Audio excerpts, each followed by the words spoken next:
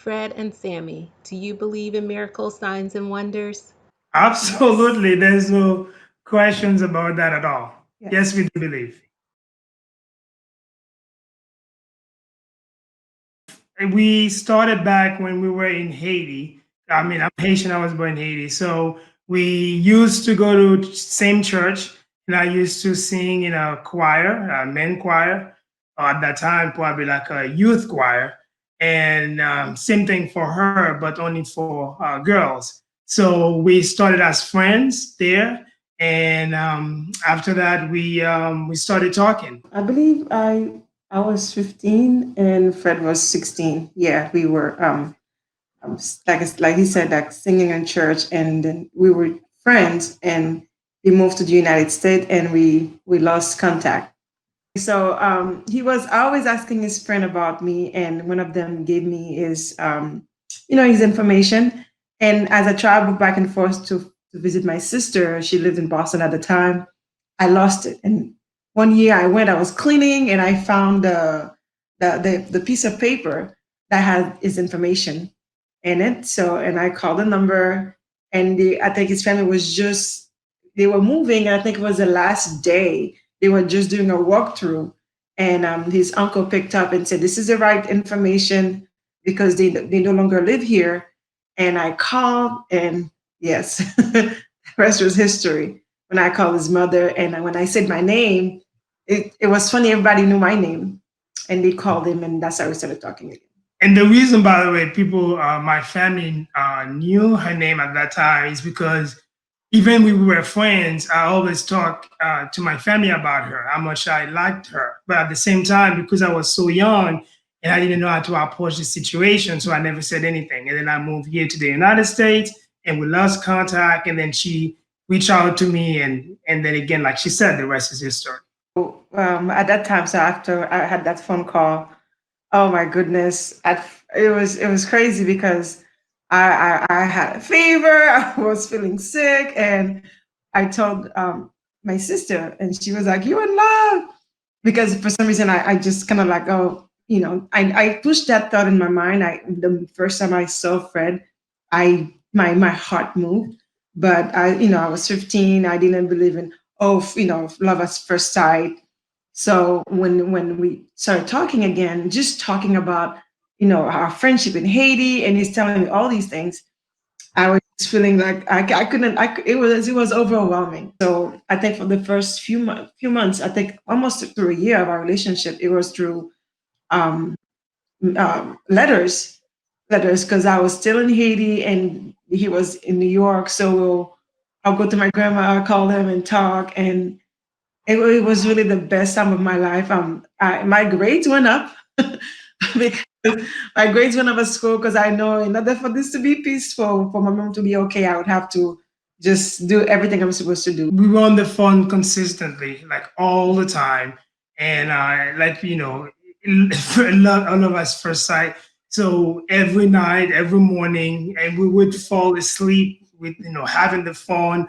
Years talking. Oh no, you go to sleep first. No, no, you go to bed first. No, I wait for until you go to bed. So it was most of the time. That's how it was when we first started, because it was fresh, it was innocent, and then one thing I forgot to mention too, our parents, my father was a pastor, so I was born in a Christian environment, and then where they believe like you're supposed to encounter any kind of a sexual relationship until you get married with your loved one. So anyway, and we started like that. We believe that was the case, and we were a good friend, like Sammy said, and it was love. It was really Yeah, love. we were still dating, and it was time for me to go to college, and I know that I wanted to go to. I mean, I was born in Canada, so I thought I wanted to go back to Canada, and if I didn't go back to Canada, I wanted to go to high school. That didn't sit well with our parents, and his mom actually was the one who encouraged him and said, why don't you guys get married, and then after you can get married, go to the justice of the peace and get married. And when you finish college, you can have your wedding and all of that. So I shared that with my mom. It was hard for her because her little girl was going away. But just the thought of her, of me being in the same college with Fred, I think she agreed. She agreed in that. So Fred was in college in upstate New York, so I went there. I think it was February 12th, 2000. We went and got married. I mean, it was just us and I mean, a few friends. Yeah. Had two or three friends, and that's it. But really, at that time, we didn't have like any maturity. We just know that we are in love. We want to be together. And one thing that was just very important to me was just to remain pure until I got married. And that's what it honored. He was not easy, honored that. And that was, I think at that time, that was our main concern. Us being around each other and not being able to, just fully be ourselves, or just having to worry about like living in sin. Yeah. So yeah. And I think too, that's one of the things that our parents wanted to, we wanted the same thing. And then when they see like we're so in love with one another, I think the idea was, if you guys gonna go to the same school, live there for 4 years. 4 years, it might be best to get married. And then when that idea was brought up, then I said, okay, maybe that's the perfect thing to do, because we're gonna be in the same school with friends, and live next by, so might as well. And I think the parents wanted to save us from being just to stay pure. So I think that's one of the things that they kind of encourage us to do. And when we got married, I was 21, and then Sana was 20. We were both so young, and I like to say young and dumb. And yes, we're in love, but it was just something that was done. Really, there was no marriage concept. Funny enough, we were married, but we were still living separately. Like, when we were about to move in together after our marriage, like, because he had already signed a lease before that took place, one of his roommates said no, at last minute. And school is about to start and all of that. So I had to find a place. Like, I was like living 8 minutes away from him. So the love was still there. We were like, they used to call us Bonnie and Clyde, like, Romeo and Juliet and all of that. We're always together, but it still pretty much felt like we were still boyfriend and girlfriend, because a lot of just friends, classmate or whatever, they were like, "Oh my God, you're so young. You haven't experienced life. It's the first woman that you know." So there was all that. So yes, we were married, but not kind of married, and some people knew. And I would say that personally, I was okay, but at the time I would feel ashamed. Some people in my family knew, some didn't know. So it was a rocky situation, and at time we felt like we were like still boyfriend and girlfriend when these people started like just putting ideas. Yeah. And then it's just like the first, well, when we first got married, it was great. It was a great experience. Hey, we got the paper, we got married. Let's go and have fun and exciting. But after the fact, then reality started to kick in. And the way it was is, I was married, living in one place, and then she was living in another apartment. I was with my friends. I was young, foolish, you can say. We didn't have any knowledge of what marriage consists of, what a man and a woman, a husband and a wife supposed to do, supposed to act like. We have no concept of that at all. So we're just living in a world where for us, there was no guidance at the time, no parents there. We just by ourselves. There was no counseling, nothing. So we were just trying to do this thing, just having fun, but it wasn't exactly the way God intended it to be. So we were getting advice from people who were not married. My friends, they wanted to go and have fun and go to parties. And at that point, then the relationship started to having a lot of issue in regards to that. And if I may add, also because like I'm a Canadian citizen, and friend wanted like okay, so I want to have you stay here, just legally and every. I mean, I'm a Canadian citizen, but he wanted just for me to be by his side and everything okay. So he went ahead and filed for me to have my residence paper, and another set of issues started coming from that, where his friends started saying, well, it's because she wants paper, it's because she want like just family started just like coming out with different stories that really put a lot of stress in the relationship. Like, we will argue about that. And another thing too,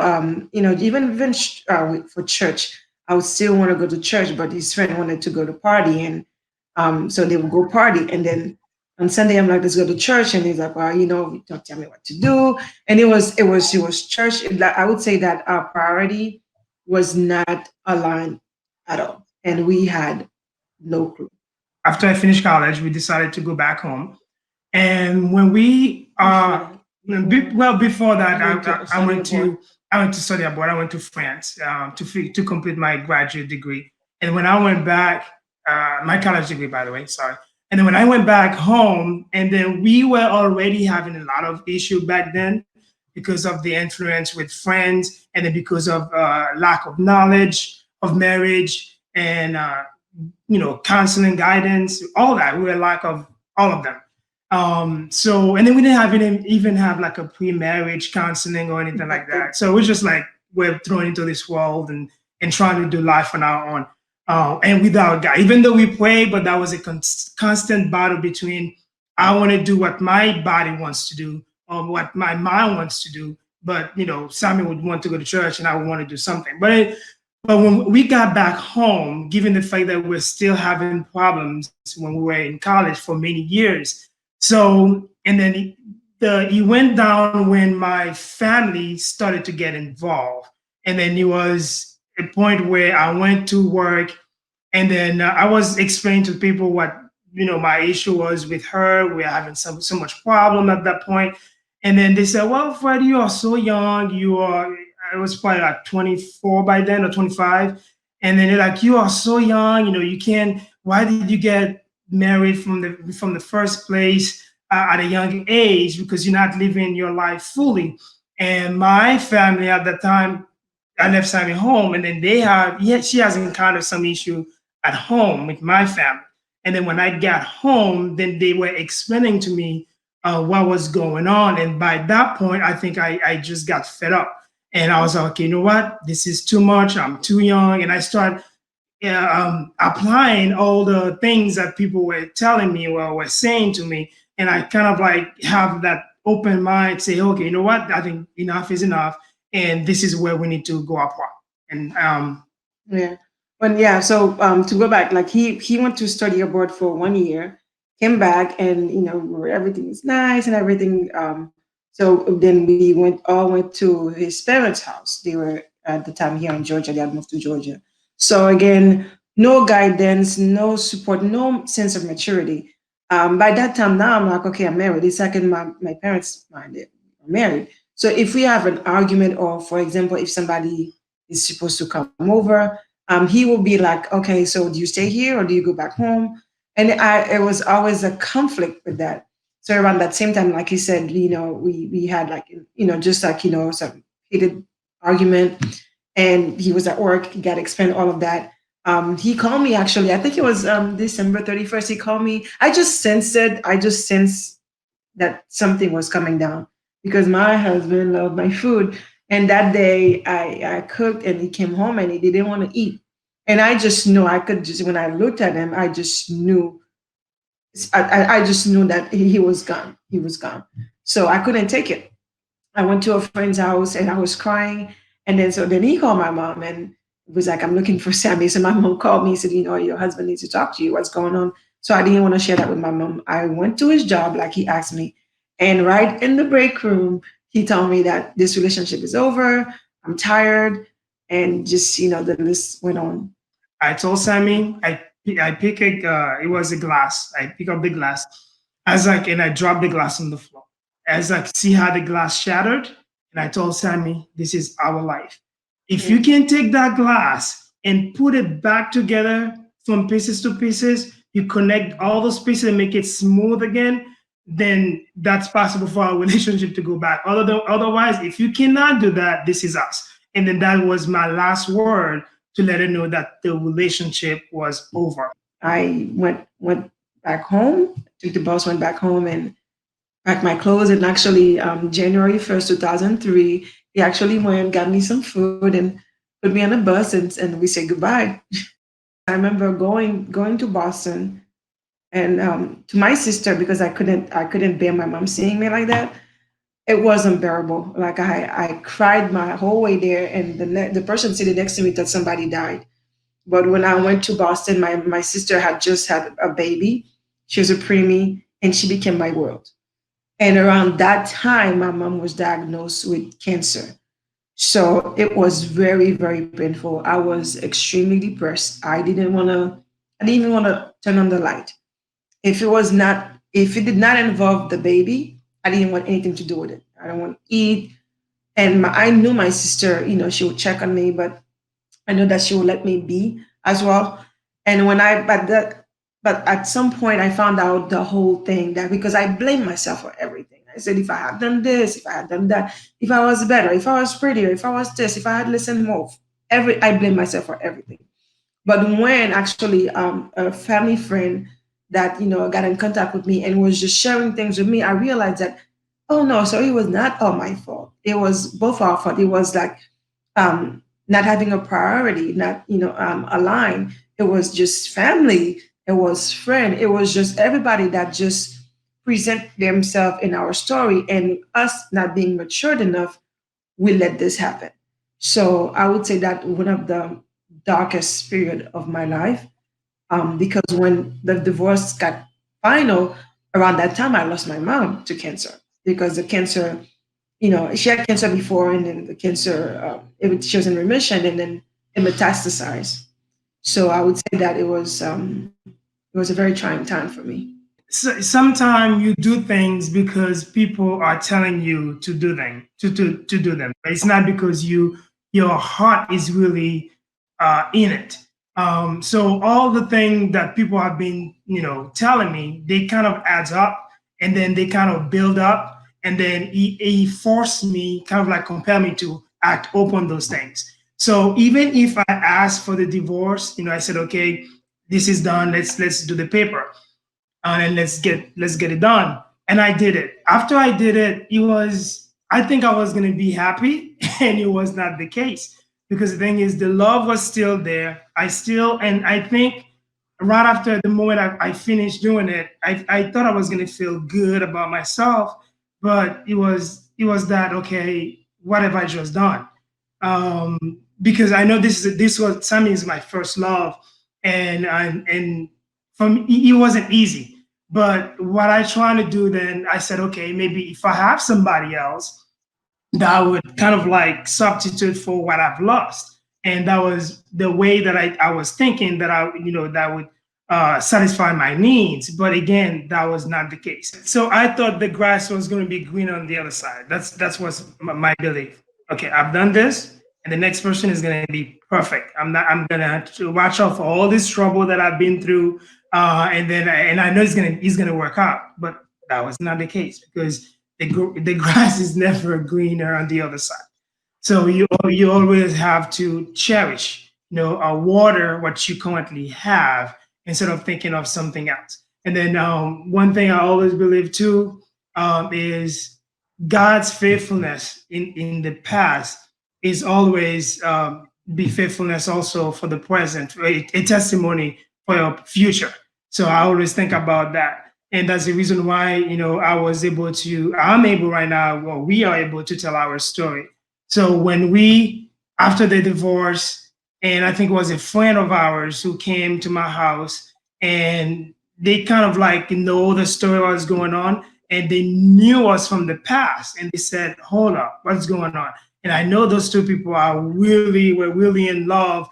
What is just happening? And then when we were divorced, Samie went another place, I think to her family in Boston. I was still in Georgia. And that friend was kind of like in the middle. And she was listening to my story. And then she was listening to Sammy's story. And she's like, okay, this does not make sense. It does not add up, because I'm talking, and I'm still have that strong love for Sammy, even though we are divorced. And when she's talking to Sammy, she still have the same thing for me. So she's like, okay, something is not up. I need to get those people back to kind of like discuss their relationship, do something about it. And then that's how he was able to bring us back. But at the same time, Victory play a big role in us getting remarried again? A friend of ours knew that we dance Latin dance, we dance salsa, so we dance at weddings, and so they invited us to dance. So we went ahead, and we haven't talked to each other for a long time. We went 2 hours, 2, 3 hours to that one city. And then the wedding happened the next day and we danced. And people were confused, like, are they married or are they divorced? So that got us a little bit reconnected, talking to one another without, just any ill feeling.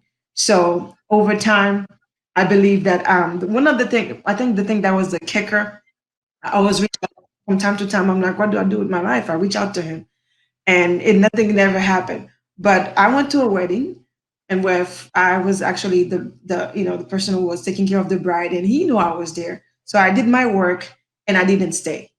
And to my knowledge, that's when he started looking for me because I always look for opportunity to at least see him. Even though we would not talk, to at least look at one another quietly.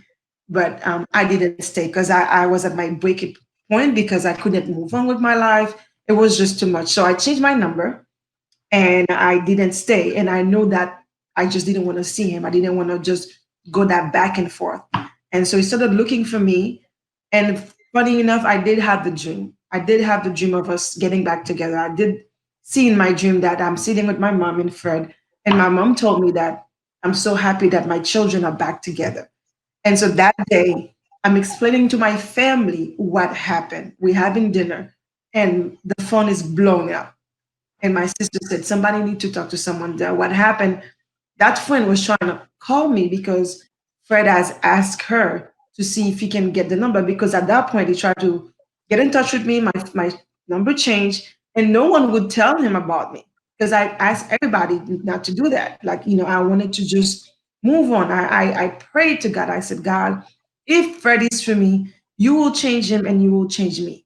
But please, if it's not for me, you're gonna send me someone. I just don't know have a relationship and look back like I see that he was doing. So when I talked to the friend, she said, please talk to him, which I did, and that's how we got reconnected. And we got on the road again. He just dropped everything on me. I love you. I'm sorry. I know for 3.5 years, you think I've been happy, but when I eat the freaking, I go down and all of going, and I want to marry you. And I was like, oh, just stop it. Okay, stop. Just calm down. And I said, okay, I've forgiven you. I wanted to kill you at some point. I've forgiven you. And okay, so I'm fine. But then my sister, again, my sister, she's wonderful. She said, Fred telling you. I said, he's telling me he's sorry and he wants to marry me, but I'm good. And he said, you're fooling yourself because you're still in love with him. And all I know, I said, all I know is I want peace in my life. And so I told Fred, I've asked Fred to do something that I know he hated. He didn't want to talk to people. He didn't want to get counsel. He didn't want people to be in our business. So I said, well, okay, you love me, you want to get back. Okay, so you would have to talk to a lot of people in my family because my mom is no longer with us. And so I really was just blowing him off, like whatever. And he did. He called my sister, my aunt, my uncle. And it was the people were giving me back the report that I feel like I was having the fever again. And I felt like the wall that I had built up to protect my heart started coming down. So, and that's how I ended up saying yes to him. But, I grilled him with a lot of questions. And of course, we had to take Mary class. I am so thankful to Victory when I came and shared my story with Pastor McNeil. They actually gave us a scholarship to take Married Forever class. And it was then that we had the first knowledge of what marriage is supposed to look like. It comes from me asking him, do you ever see us get back together? It comes from what he said, can you put that glass back together?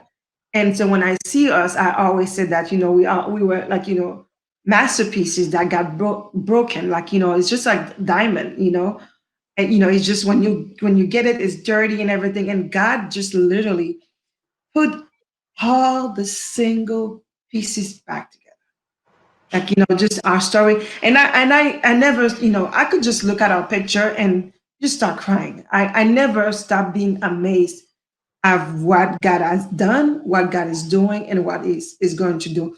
Even when we have, an argument or whatever, if we have a disagreement, I always, if I'm worried, I just try to calm myself down. Whether like, now we respect our boundary, I calm myself down and remind myself that God did it. If he did it before, he will do it again. And that's, I would tell Fred sometimes if we have an argument, I said, my daddy got me. So that's where that refurbished masterpiece is from, is to always remind myself and tell people that God put us back together. He refurbished his masterpiece that was broken. I would say just guidance. First, it's pre-marriage counseling classes. Please go look for that because that's important, and then in your first step of your relationship. And also, just focus on God. Let that God be the core of your relationship. Just give God all that you have, and also learning. Like I said, I went back to pre-counseling because we didn't have that. So when we went to Victor and we started learning about those, so we see how important that is. But just learn, just put that knowledge into yourself, into your brain, and then just keep going at it, and then don't give up. Don't give up. I mean, whatever you do, be consistent, and then just surrender to God, and then say, hey, God, I cannot deal with this right now, but I give it all to you. And I know you will take care of us. Uh, Me, on that surrender note, for me, like, okay, so when I talk to that many women, different couples to work, they always say, oh my God, like, what have you learned? I said, for me, I had to surrender and Fred had to get wisdom. So I would say, number one, wisdom. Seek wisdom, or please seek some wisdom. It's important, like, it's important that you have a support system, like you're bounding people, like, that mentor, somebody that will tell you the truth in love, but the truth that you don't want to hear, because we didn't have that. And I would say, for sure, for the women, just work on yourself. It's beyond the white dress, beyond the pretty hair, the pretty face, that that partner, like, you that's a person you friend with, because there are different season in marriage. It's beyond the wedding. There are different season, and there are some season you're gonna need a friend. you know all the excitement and the lights and action is done. You're gonna need a friend. You're gonna need a friend to be there when you're sick, when one passed, when just life, like, now you're in the middle of pandemic and you're just like, home and looking at each Mhm. other.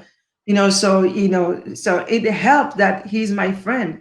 It helped that he's my friend. So make sure that you seek God first.